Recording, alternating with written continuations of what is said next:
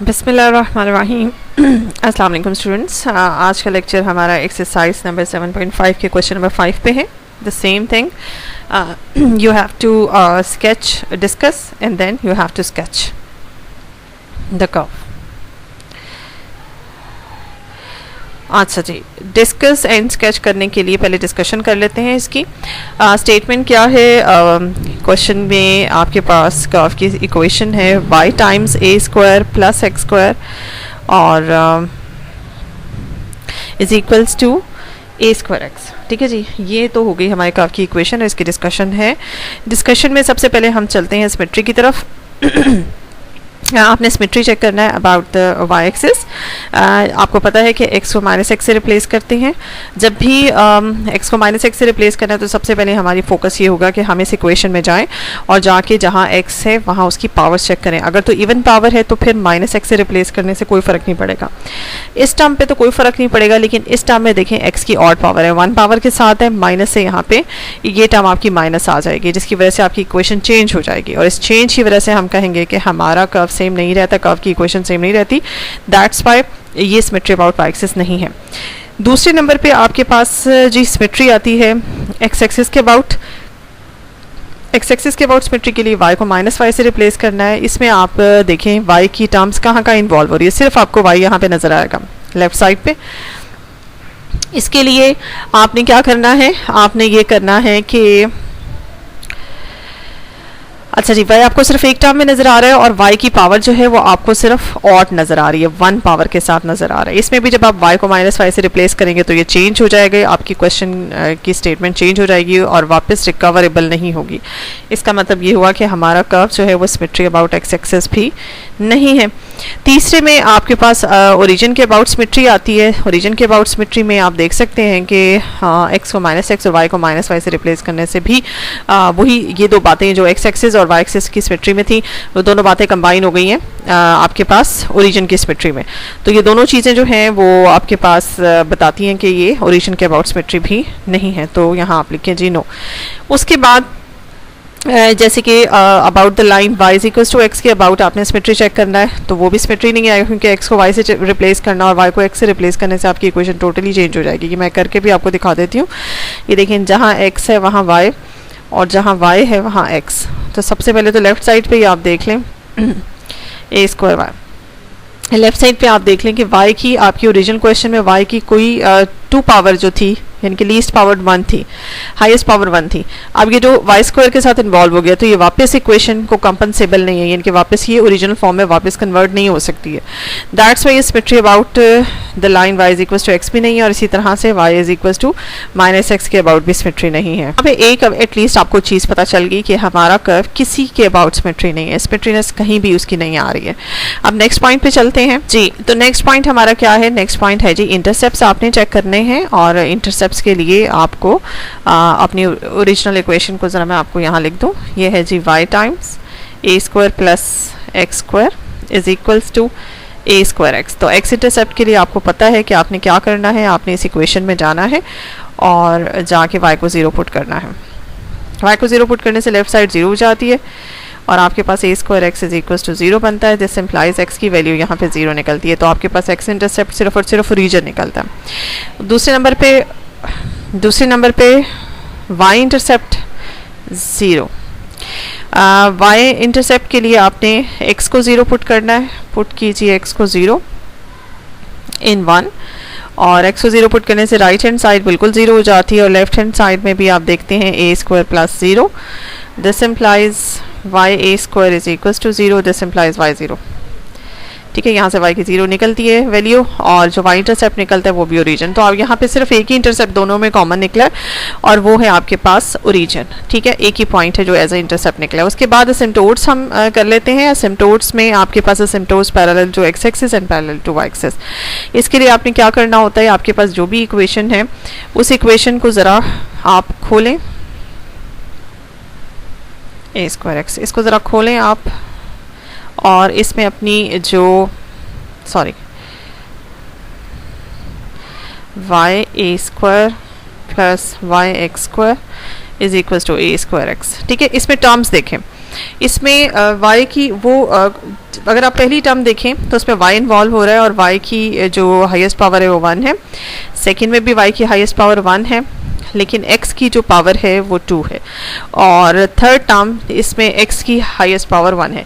तो अगर मैं आपसे यहाँ पे कहूँ कि x की हाईएस्ट पावर वाली टर्म देखें तो वो आपके पास ये वाली टर्म बनेगी जिसमें मैंने टिक लगाया। तो आपने पैरेलल टू x एक्सिस असिम्प्टोट निकालने के लिए हाईएस्ट पावर ऑफ x वाली टर्म पकड़नी है और उसको इक्वल टू 0 रखना है। y x square is equal to 0, sorry, highest power जिसमें x की इन्वॉल्व हो रही है उसमें उस x की हाईएस्ट पावर के कोफिशिएंट को पकड़ना है और इक्वल्स टू 0 रखना है। तो ये आपने उसके कोफिशिएंट को लिया और इक्वल्स टू 0 रख लिया, और ये जो आपके पास इक्वेशन आई है ये असिम्प्टोट आया है पैरेलल टू x एक्सिस। ठीक है, इसका मतलब है ये x एक्सिस की इक्वेशन होती है, ये इटसेल्फ x एक्सिस जो है इस वक्त आपके कर्व का असिम्प्टोट है। ठीक है, दूसरा पैरेलल टू y एक्सिस निकालने के लिए आपने वो टर्म जो y की हाईएस्ट पावर है यहाँ पे, अब यहाँ पे y की हाईएस्ट पावर है ही 1, उसका जो कॉफिशिएंट है अगर मैं इस इक्वेशन में आप देखो तो आपने इसका जो कॉफिशिएंट बनता है वो ये है a square plus x square. तो इसको उठाएं और इक्वल्स टू 0 रखें, a square plus x square को इक्वल्स टू 0 रखें। यहाँ से जो इक्वेशन आती है x square is equals to minus a square, x is equals to plus minus iota, ये आपके पास इमेजिनरी इक्वेशन आ गई। इसका मतलब है ये जो इक्वेशन है बेसिकली ये असिम्प्टोट पैरेलल टू y एक्सिस की इक्वेशन है, लेकिन ये रियलिटी में नहीं है, यानी कि रियल नंबर्स में आप इन्हें स्केच नहीं कर सकते रियल स्पेस में, ये आपके पास इमेजिनरी है। तो आप सिर्फ यहाँ पे कंसिडर करेंगे उस असिम्प्टोट को जो पैरेलल टू x एक्सिस है, और वो एक्चुअली में आपके पास x एक्सिस खुद इस वक्त आपके कर्व का असिम्प्टोट है। तो नेक्स्ट आपको क्या करना है, आपको यहाँ पे देखना है, रीजन फाइंड आउट करना है अपने ओरिजिनल क्वेश्चन का, किस रीजन में आपका कर्व स्केच होगा। इसके लिए y को आपको सेपरेट करना पड़ेगा, that is x a square over A square plus x square. ये है जी आपके पास, यहाँ पे स्क्वायर नहीं है, y स्क्वायर के साथ इन्वॉल्व नहीं हो रहा। अब आपको सिर्फ ये देखना है कि आपका x जो है वो यहाँ पे रियल सिस्टम से है, y को भी रियल सिस्टम से बिलोंग करना चाहिए। अब यहाँ पे कोई चांसेस नहीं है वैसे कि y रियल ना आए, क्योंकि यहाँ पे स्क्वायर रूट तो इन्वॉल्व नहीं हो रहा। यहाँ पे जस्ट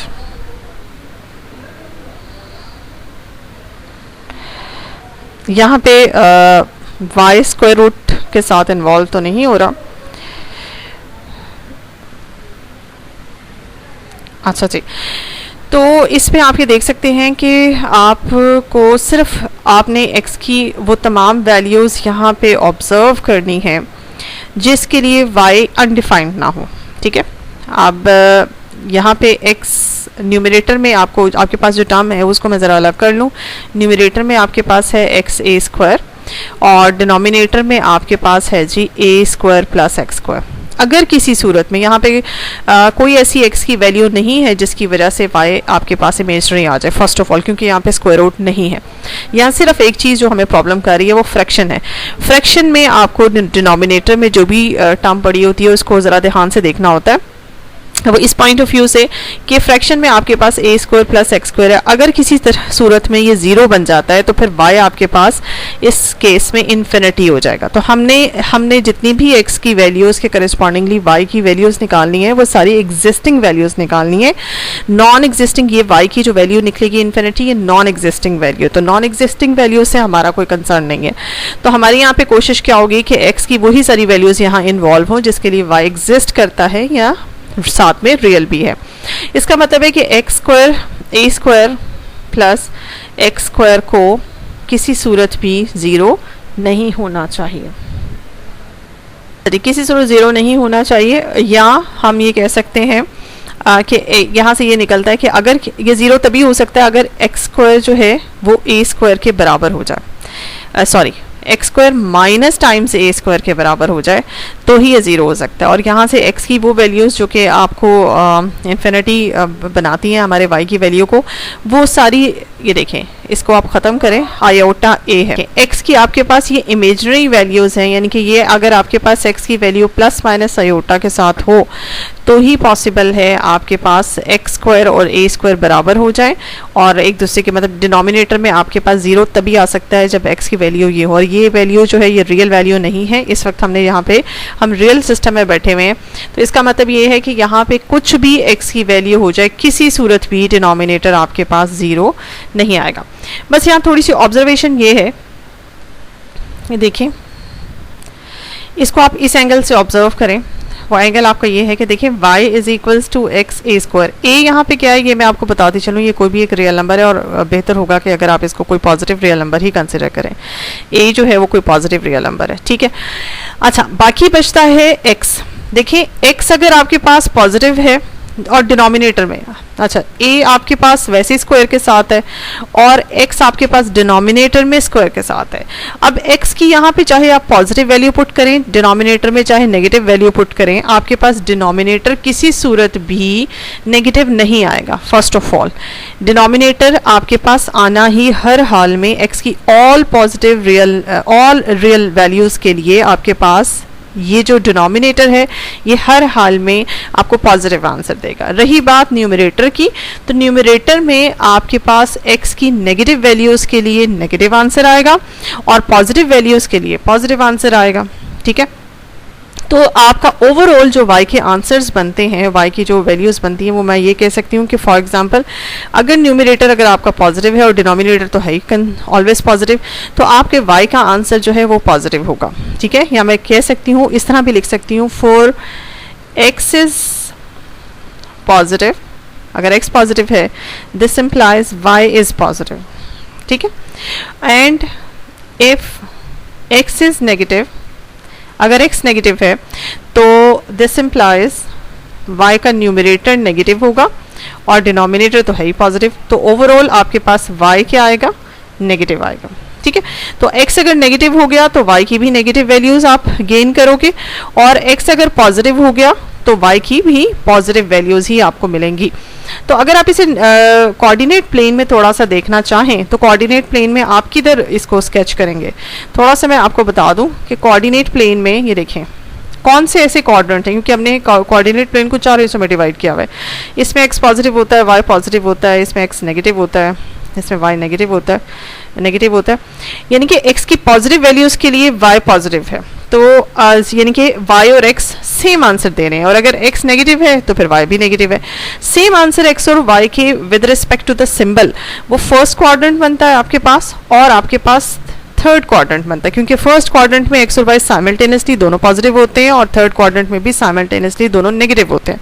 जबकि फोर्थ क्वाड्रेंट और सेकंड क्वाड्रेंट इसमें x और y के सिंबल्स डिफरेंट होते हैं। x पॉजिटिव होगा तो आपके पास y नेगेटिव होगा और अगर x नेगेटिव है तो y पॉजिटिव है, ठीक है। तो इसका मतलब है हमारा कर्व, इससे आपको एक इंडिकेशन मिलती है कि हमारा कर्व फर्स्ट क्वाड्रेंट में एंड थर्ड क्वाड्रेंट में स्केच होगा। इस स्टेज पे ऐसे लगता है ये बात मैंने आपको सिमेट्री अबाउट द ओरिजिन बताई हुई है कि जब हमारा कर्व ओरिजिन के अबाउट सिमेट्री होता है तो फर्स्ट एंड थर्ड क्वाड्रेंट में नॉर्मली सेम चीज़ें होती हैं, मतलब हमारा कर्व फर्स्ट क्वाड्रेंट में भी स्केच होता है और थर्ड क्वाड्रेंट में भी स्केच होता है, और उसको 180 डिग्री से अगर आप उस फिगर को रोटेट करें तो उसकी शेप पे कोई फ़र्क नहीं पड़ता।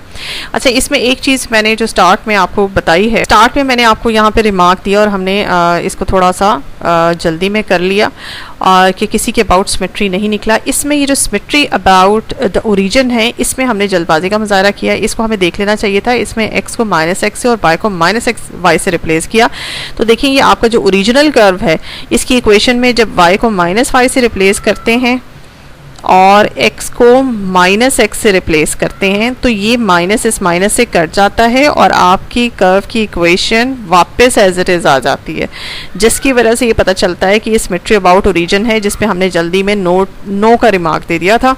तो इसको आप बैक पे वापस आके येस कह दें, क्योंकि रीजन निकालने से मुझे पता चला कि मेरा curve first and third quadrant में है। तो अबाउट द ओरिजिन, जब आपका curve symmetry about the origin होता है तो भी आपका curve first and third quadrant में सेम बनता है।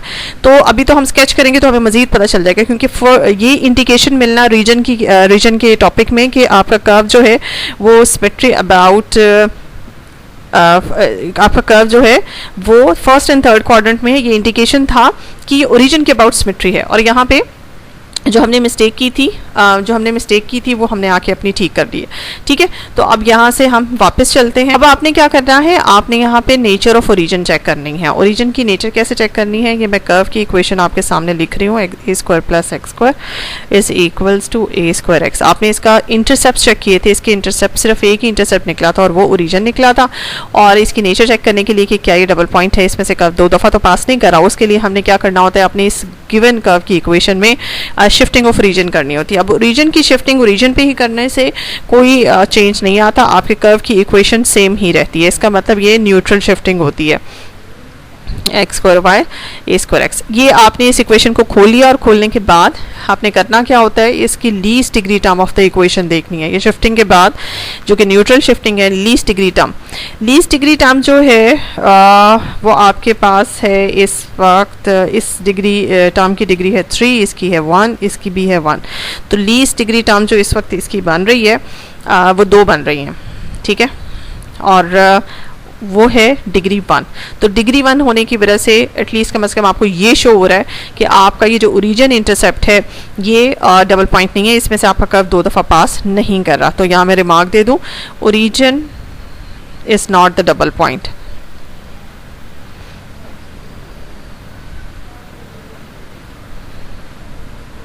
ठीक है जी, उसके बाद लीस्ट डिग्री टर्म्स को निकालें, Y square minus a square x.